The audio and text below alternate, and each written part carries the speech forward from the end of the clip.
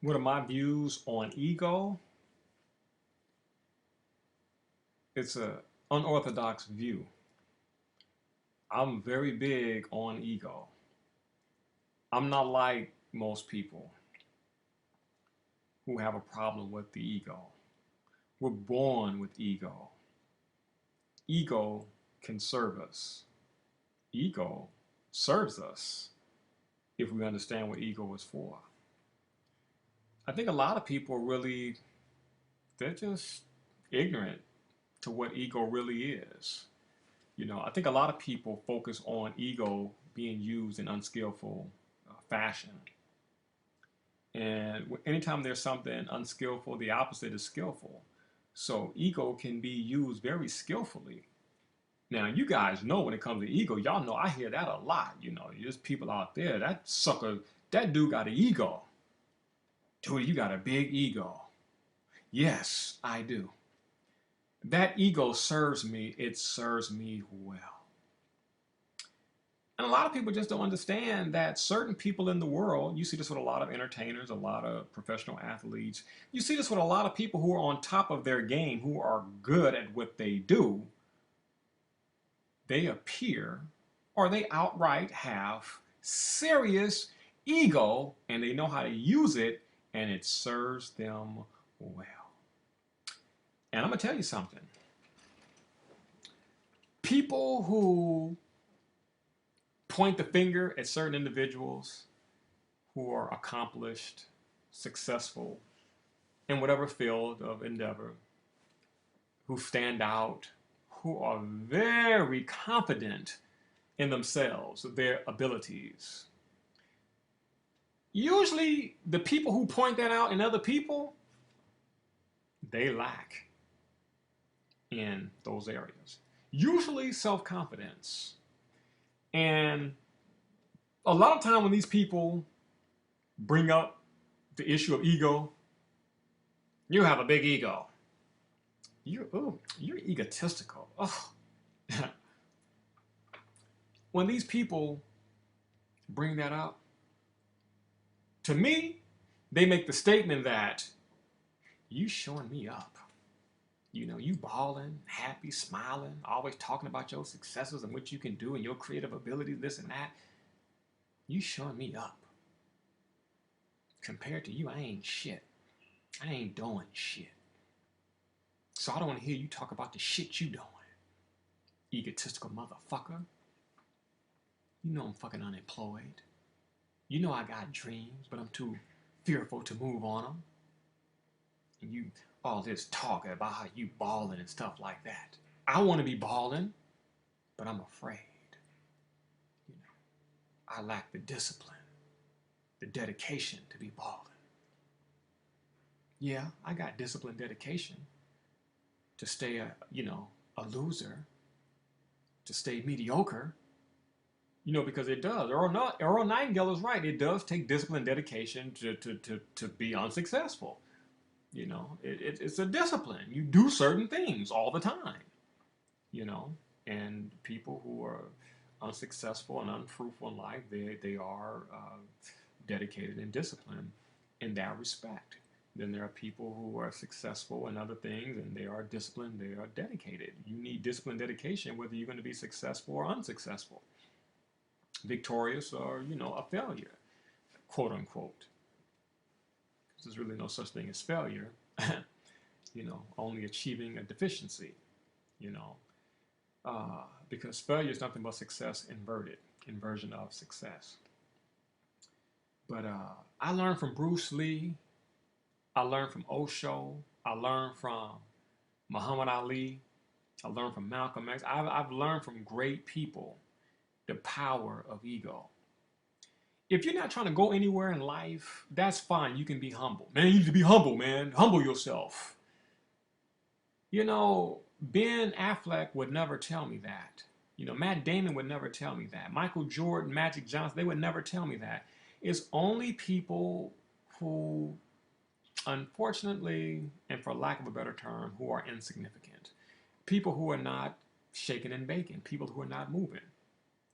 Man, you talking about your successes, man. You need to humble yourself, man. You need to show some humility. Now, even if I am brass, egotistical, arrogant, and all these other terms, even if that is the case, why in the hell would it bother you so goddamn much? Unless you're dealing with polar opposites. You don't even know people. She conceited. She thinks she the shit.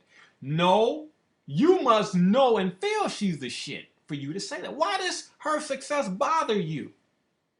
Is it because you desire it and you don't have the cojones to do what this successful woman has done and is doing? Could that be it? Let's just keep it real. Could that be it? I mean, one of the greatest human beings, in my opinion, who ever lived and that I admire is my man Bruce Lee.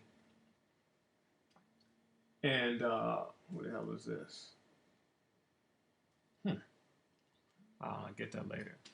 Um, my man Bruce Lee, and I'm a Bruce Leeologist, and I study so much about my man Bruce Lee.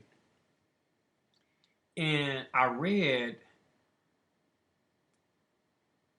turn this phone off. I read all these statements about Bruce and how Bruce was cocky. Bruce became arrogant. And Bruce is, I read all this stuff. And when I read, I'm like, yo, man, these guys they must have been seriously jealous of Bruce Lee. I mean, it's like when you got a thing, it's like, yeah, you do flaunt it. It's just like women. You can't get mad at women who are built and stuff like that and who pose for magazines. They know they got something, they flaunt. They know it. It doesn't make them like arrogant or egotistical, what have you. It's just they're knowledgeable about what they have. They're knowledgeable about what they're good at. So Bruce Lee, I mean, Bruce knew he could kick your ass, man. I mean, he knew he was that good. He was dedicated. He was focused. I mean, dude was awesome. I mean, Michael Jordan, I heard the same thing about Michael Jordan. And the dude was a god on that basketball court. So Jordan could say things. I saw Jordan's Hall of Fame induction speech, and Jordan ripped through people. And it's like, you couldn't get mad at him. I was over here just like, Jordan, you get daps from me. Because I really didn't like Michael Jordan. He was good, but I just, But I saw that speech. I said, Jordan, I look at you in a different fashion. Because the dude, his actions back up how he is. But he glows, man. He's, I saw something a couple of weeks ago where Jordan said in his mind right now he could defeat Kobe Bryant and LeBron James. But he knew physically he can't do it. But his mind is there. Oh, the nerve of Michael Jordan. He's this, he's that, he's washed up, and LeBron would run circles around him and things like that, But the statement that in his mind he could beat that dude, I mean, I admire people like that, And you know what, people those of you out there, and you hear the same thing too, what it really is that there are a lot of people. See, what happens is, and Osho explains this in the wonderful book, When the Shoe Fits. When people look up to you, in order to look up, you got to be down. And people don't like that. It's not a good feeling. Because if you have to look up, it's because you're down. Because if you're up, you're looking down. And people don't like that. So I learned from Osho, never put yourself on a pedestal.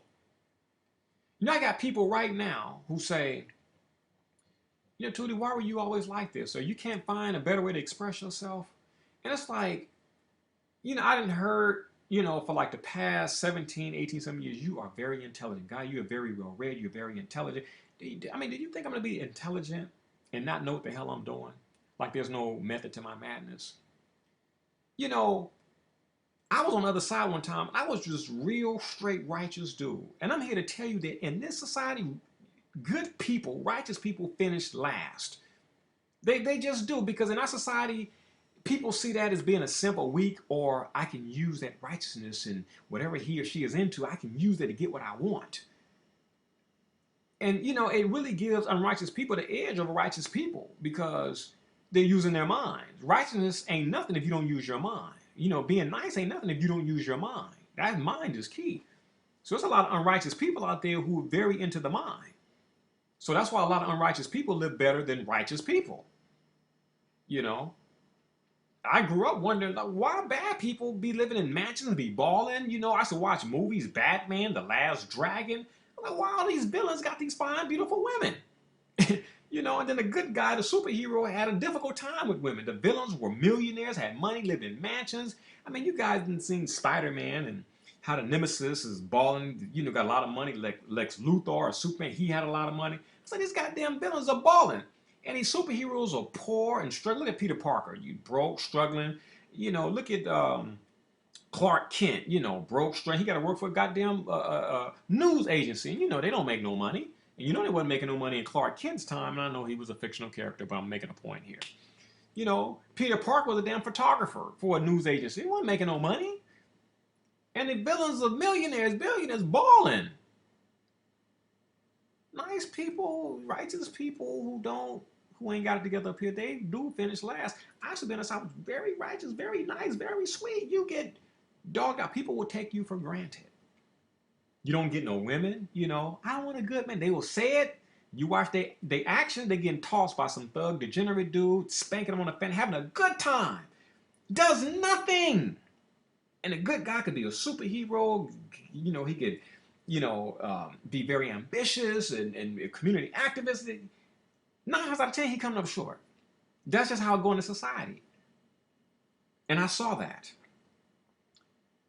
And they would panic, and the women would, and I know people were being fake. People would get righteous and holy around me. And that made me feel uncomfortable. They were uncomfortable around me. And so they adapted thinking that they were pleasing me, and they made me feel uncomfortable. I'm like, how can I teach and educate people who don't feel comfortable around me? You like this, you ain't retaining anything. You got to relax. So I was this real rigid fella. Wow, he's rigid. Man, you calm down. Relax. Loosen up. I've been on both extremes, real discipline and then real crazy and out of my mind. And I had to work on getting to the middle. Then my life changed. I was a magnet for just about everything. The women, I had males, friends, and just people, celebs, everybody. I was a magnet when I got in the middle because I could drop knowledge, I could be spiritual, but I can also shoot the breeze, I can use profanity, I can talk about sex, I can talk about mundane type of things, and people just felt comfortable. And that's when I took off. I started writing those articles. And people are like, yo, he's knowledgeable, he's spiritual, but he's down to earth. He real. You can relate to him. Then my life changed, and I had problems, man. I had women around me. I was like, whoa, like what happened? And I made people relax. I made people feel comfortable, and that's very important, guys. For you fellas out there who talking to, you having a hard time attracting women, you righteous, and they don't like righteous dudes and stuff like that. You check yourself, because you may be, thrown off of energy that you're uptight and you're linear and stuff. And women don't like that. And they will choose a degenerate over you. They just will. I mean, it's just a fact of life. People, especially women, like to feel comfortable. They like to relax and unwind. That's why they drink wine. They want to unwind. They want to relax. They don't want to be all uptight. The job makes them uptight. So a lot of people, when they come home from work, they smoke weed, cigarettes, drink alcohol. They want to unwind, lose, and be free and feel good. They don't want to be judged. They don't want to feel bad. They don't want to feel stupid.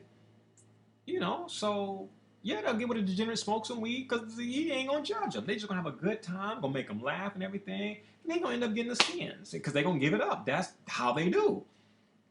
But if you sitting here talking about, you shouldn't be doing this, you shouldn't be perming your hair, high heel shoes going to damage your uterus. Everything this woman does, you harping on it, and her eyes in a negative light, like, ah, damn, I just feel bad when I'm around this cat. I can't do nothing. Everything I'm doing is screwed up, And so they get to thinking, and that's not a good feeling. So it's like, yeah, you nice, yeah, but you make me feel guilty. I gotta get rid of my whole goddamn wardrobe, and I can't fry my hair, and can't get my damn nails done. I can't drink no wine. You say that got ethanol and ether and formaldehyde in it. You know, my high heel shoes messing up my uterus, my damn bra causing breast cancer, and it impairing the flow of lymph. Every goddamn thing I do, my lipstick got bugs in it. Goddamn, what can a sister do?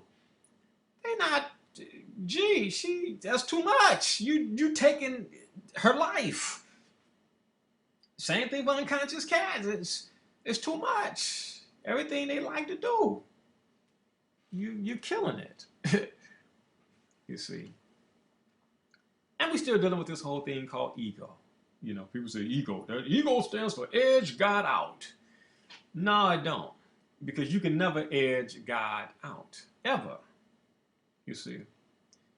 You're supposed to shine. You pick the field, the avenue, and you shine in it. I mean, that's what I like about, the one thing I like about a lot of Hollywood actors is they shine and they know it. And they just have that air about themselves. They're stars, luminaries. They shine. And so you think that, wow, he's an asshole. You know, certain actors who just, they're good at this stuff. Ben Affleck is an asshole.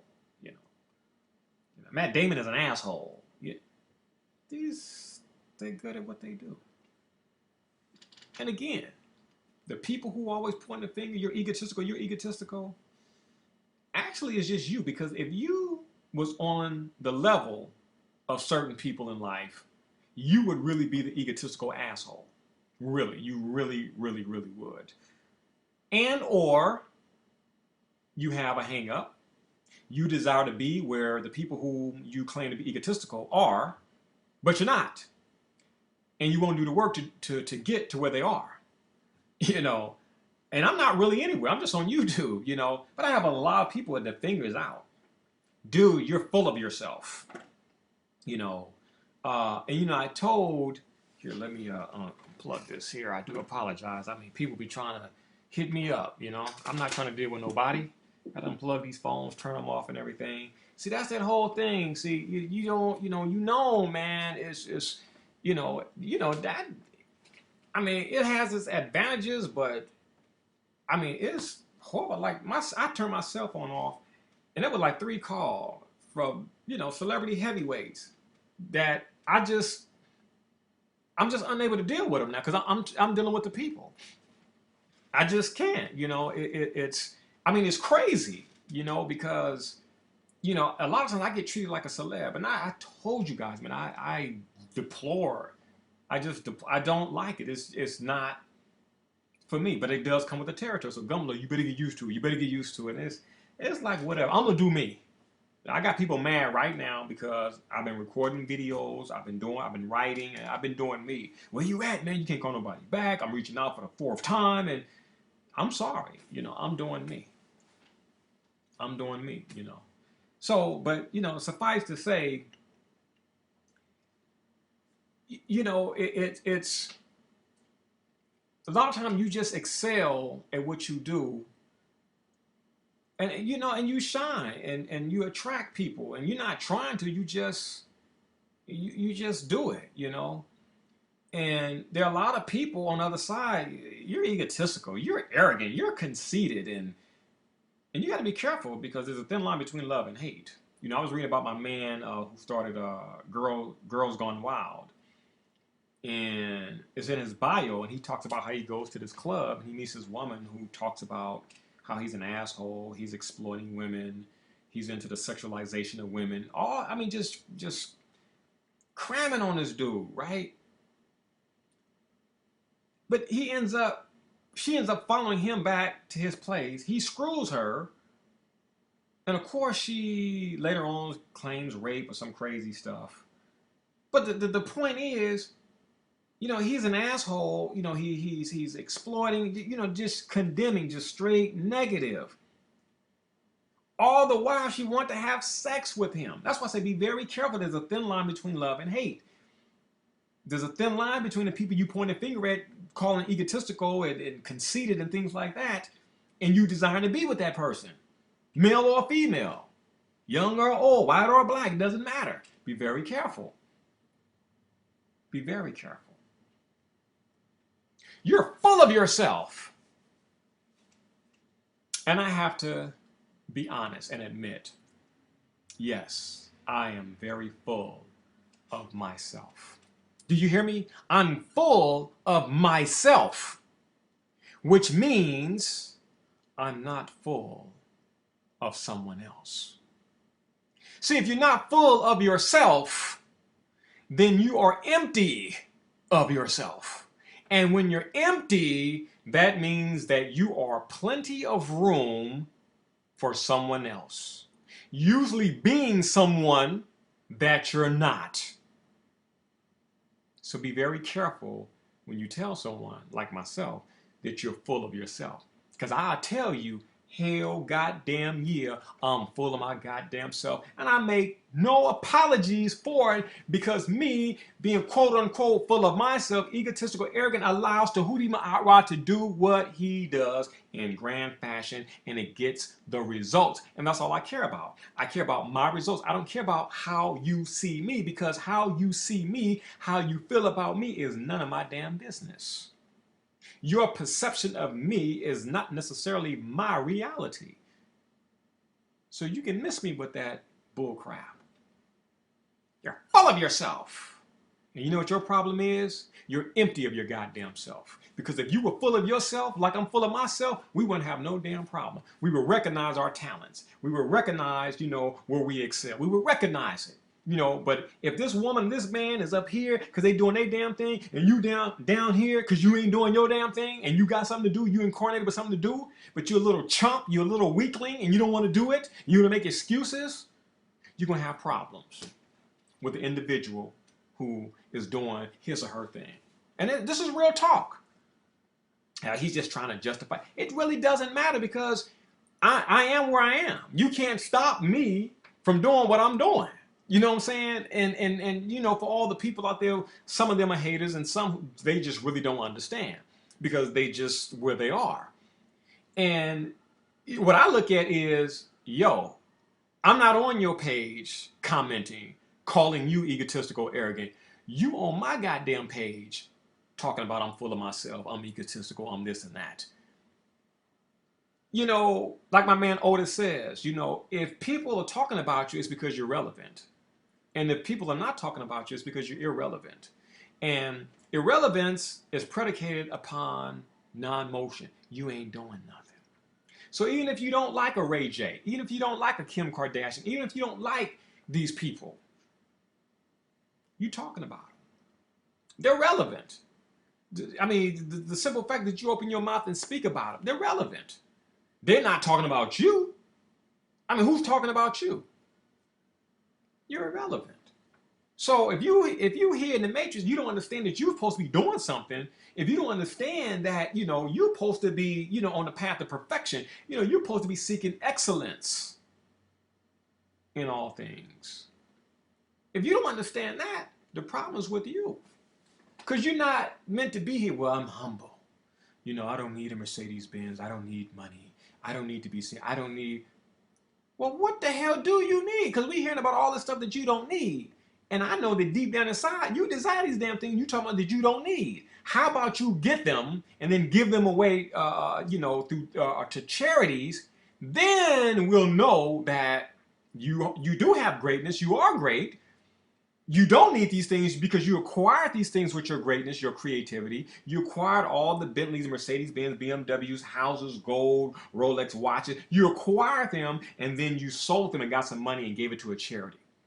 Then you can tell us that you don't need these things, because then we have proof that you don't need them because you acquired them and then you got rid of them. So how about you get it first before you try to convince others that you don't need them? It's very easy to talk about what you don't need when you don't have it. Very easy.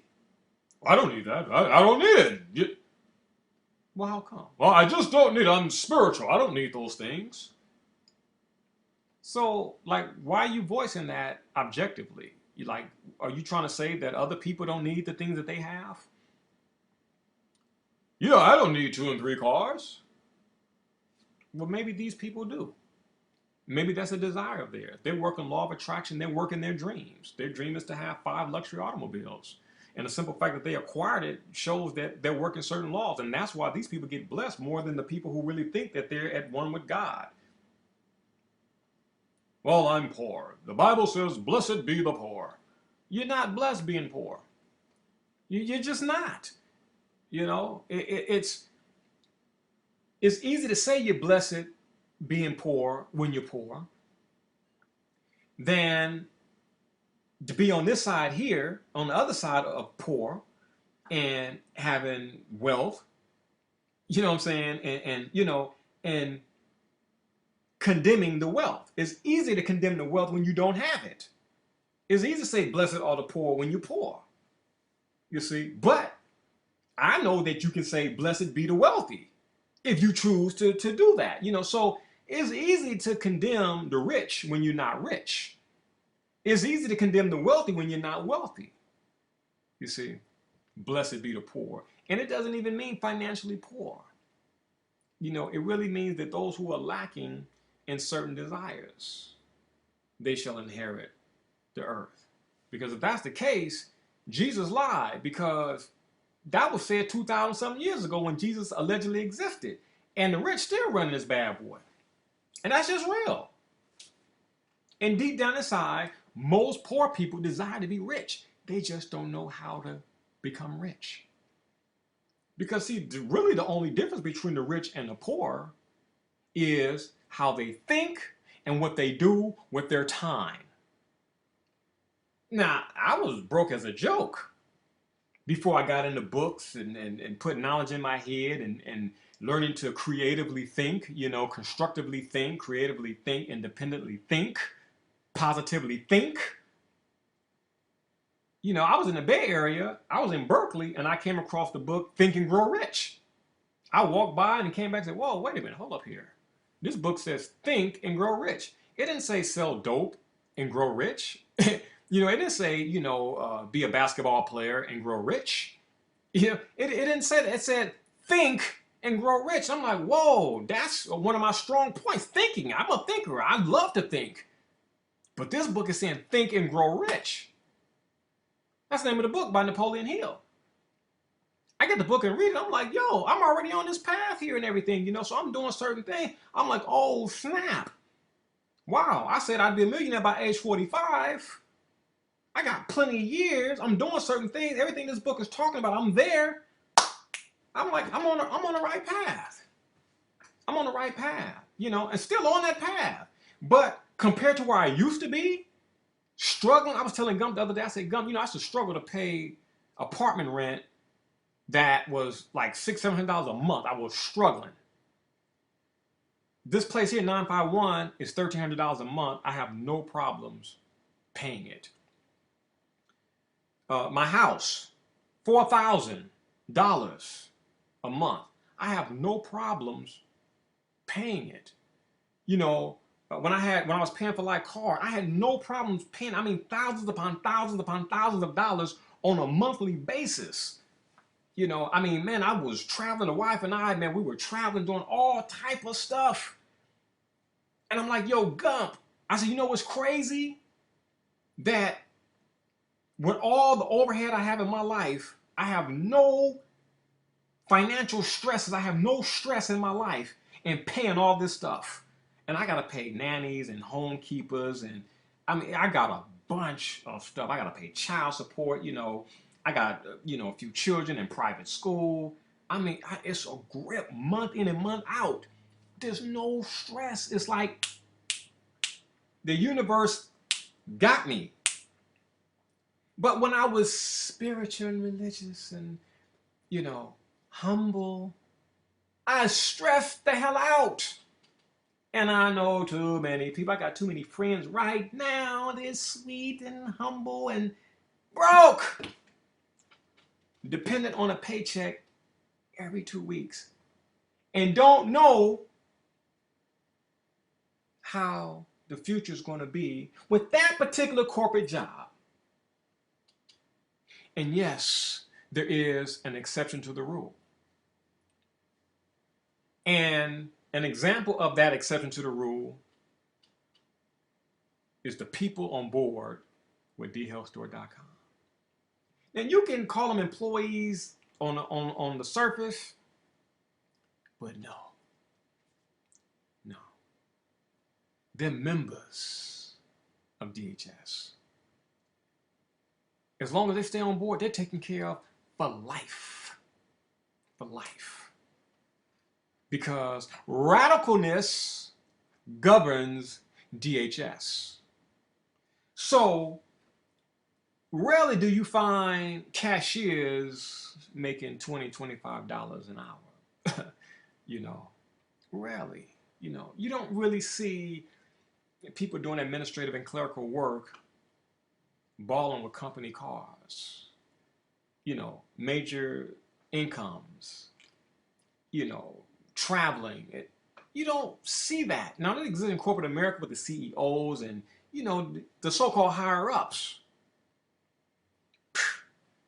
Man, you get to create your own reality. So, even though you're just dealing with a little health store, a little herbal store, some crazy stuff in store that you just will not see, fleet of company cars, and it's going to be just like Google. See, that's why I spend my time studying. Like every weekend I watch videos, Steve Jobs and the history of Apple and Yahoo and Google and Facebook and innovators. That's what feeds me, because I desire to be in the top 2%. So I do what I have to do to be in that top 2% so I can control my reality, control my destiny. Now, Steve Jobs didn't know about no legal political sovereignty, but he was exercising the right to travel. This dude didn't have a license plate on his car. Because he had so much money, he was in the know. He knew he had people on his team that told him that if you get a new car every 6 months, you don't have to register your automobile. So Steve Jobs drove a Mercedes-Benz, and every 6 months he traded it in and got another Mercedes-Benz. And of course, he was not connected or dependent or attached to some automobile. He did what he had to do because he didn't want to register an automobile. And California law says you have 6 months to register a new automobile. When it came time for the 6 months to be up, dude got a new one. He's a billionaire, man. A billionaire. So, all of this stuff here that I'm talking about is predicated upon perception and choice. Some of us know how to use the ego. We know ego is housed in the third chakra of the solar plexus. And we know that the metaphysical attributes of the third chakra deals with self-image, how you see yourself in the world, personal power, personal sovereignty. Again, high self-image, high self-esteem, ego. It's all in the third chakra. That's the home, the house of the ego. Third chakra. This is your power center. This is your power center. Powerful people stand out. Unpowerful people do not stand out. So, it's easy to say, he stands out. She stands out. I don't like her. I don't like him. Why? He stands out. Why do you have a problem with him or her standing out? Because I don't stand out. I want to stand out, but I'm afraid. Your problem is not with the person whom you're dubbing egotistical. That's not your problem. Your problem is with yourself. That's like me looking at Muhammad Ali saying, you know what, dude, you egotistical. Talking about how you're going to knock all these damn people out and you were the greatest in there. Oh, never. That's like saying Bruce Lee, man, you're full of yourself, Bruce Lee. The dude is knocking out everybody. He's kicking everybody's behind, man. He's defeating everybody. What? We're in the physical world. We quantify things. There's nothing wrong with that. Humility, humble. I heard Muhammad Ali, the great Muhammad Ali said, you know what? He said, I'm really a humble person behind closed doors. But I'm out in that society, they they'll eat you alive. And I said, man, Ali is a beautiful person. Beautiful person. They said the same thing about Malcolm X. Behind closed doors, I'm humble. But when I'm out with these sharks, I'm a different type of way because I got to protect myself. So certain people really understand that gift, and unfortunately, too many people don't. You know, I mean, it's a choice. You know, I mean, if you will, I'm just humble, and you know, I just show some humility. Why? Why is what another person's saying about their accomplishments? Why are they so bothering or bothersome to you? Why? She's full of herself. Well, you need to get full of yourself, and then she won't become a problem. I mean, this is real talk, whether you agree with it or not. I mean, it's really real talk. Usually when you dislike someone, you don't understand them, or you understand them and you envy them. And this is not to say that there are no real egotistical individuals in the world. This is not to say that there are not any real assholes or brazenly brass individuals out there. You know, I just feel that way about Howard Stern, you know? And it's like, I understand this dude here. Like, why would they pay this dude, you know, $500 million? Dude got a talent, he recognizes it, he utilizes it. He's investing in himself. We got to think about the parable of the talents. He's investing his talents, he's making money. Now, a lot of people got talent, but they will not invest their talents. I'm talking about their God-given talents, the talents, you know, predicated upon or manifested through their part of fortune in their astrological natal chart. They will not do it. They'll work a job. They'll sell out their talent for the illusion of comfort of working a corporate job. You're not going to shine in the average corporate job. You're just not. You're just not. You're not going to shine unless you're working with people who know how to help you to shine. You see, I just happen to be an individual like that. That's why I like everything now, you know, because at D Health Store, you got like these wonderful, beautiful people. And it's like, man, you know, people are like, quote unquote, you know, celebrities or luminaries in their own right. You know, I mean, it's beautiful to work with other people who are in demand. Tail for is this, tail for is that. You know, is this Corey? You know, is Nina there? I like that. You know, because these people got something and they're in the right environment to just let it shine. Yeah, and these people like shine, you know, and for me, that's like, yo, that is beautiful because that's what I need. I don't need to be with people who can't shine, want to shine, but can't shine because they won't do the work to shine. I want people now who are doing the work and they shine. You know, Todd shines. Andrea shines. Forrest shines. Nina shines. You see, these people, it's beautiful. Ro, she shines. It's beautiful. It's beautiful. So, to wrap this up here, because I'm nearing 40 minutes, I've just shared with you my views on the ego. I'm not against the ego. I know a lot of spiritual books talking about the ego, kill the ego.